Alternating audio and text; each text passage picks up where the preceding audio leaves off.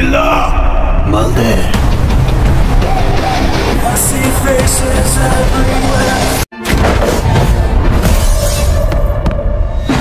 IPS का exam. ও ভাই রে ভাই, মিরাকল যাকে বলে আর কি, একই দিনে বলিউড আর ঢালিউড কাঁপিয়ে দিলেন দুই কিং খান। এমনটা কিন্তু আগে কোনোদিন দেখা যায় নাই। একদিকে সালমান খানের সিকান্দার আর অন্যদিকে আমাদের মেগাস্টার শাকিব খানের বরবাদ।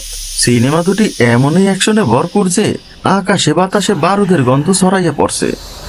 এই দুটি সিনেমার কোনটা বেস্ট হয়েছে জানতে হলে আলোচনার শেষ পর্যন্ত সাথে থাকুন।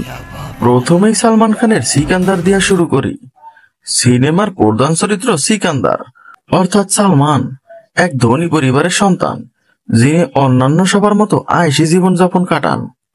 কিন্তু পালাক্রমে ওই সমাজের রাজনৈতিক ক্ষমতায় আসেন এক দুষ্ট নেতা।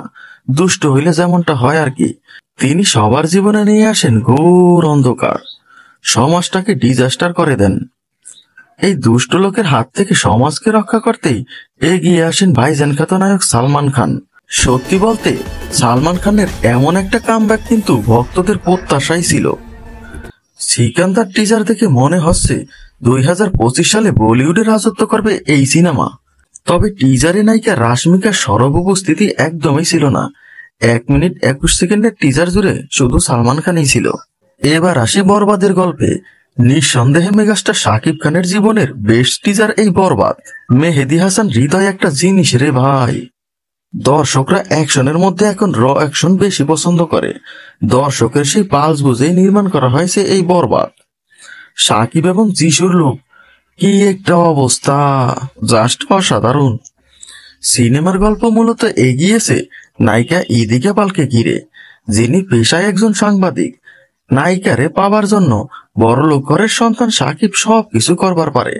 টিজার দেখে মনে হয় যেন হলিউডের কাজ। এবার আসা যাক মূল পয়েন্টে। বরবাদ নাকি সিকান্দার, টিজারে কে সেরা? সত্যি বলতে দুইটা টিজারাই এই দুই নায়কের ক্যারিয়ার সেরা। সালমানের 200 কোটির উপরে সিকান্দারের সাথে শাকিবের স্বল্প বাজেটের বরবাদের এই টিজার আমার কাছে দারুণ মনে হয়েছে। আসলে সেরা হওয়াটা বড় কথা নয়, বলিউডের সাথে আমাদের দেশি সিনেমাকে তুলনা করা যাচ্ছে সেইটাই বা কম কিসে।